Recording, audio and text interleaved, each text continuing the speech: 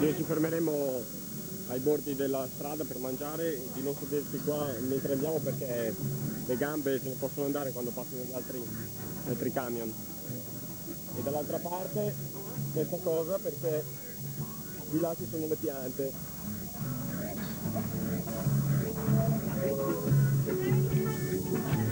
E iniziamo un'altra giornata di casino, rumore e smog, giorno intero.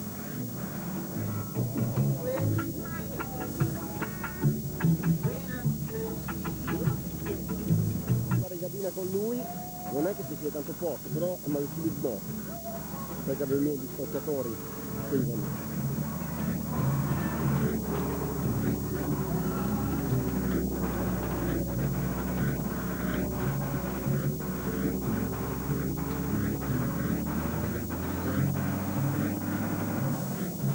Ciao, ciao posto,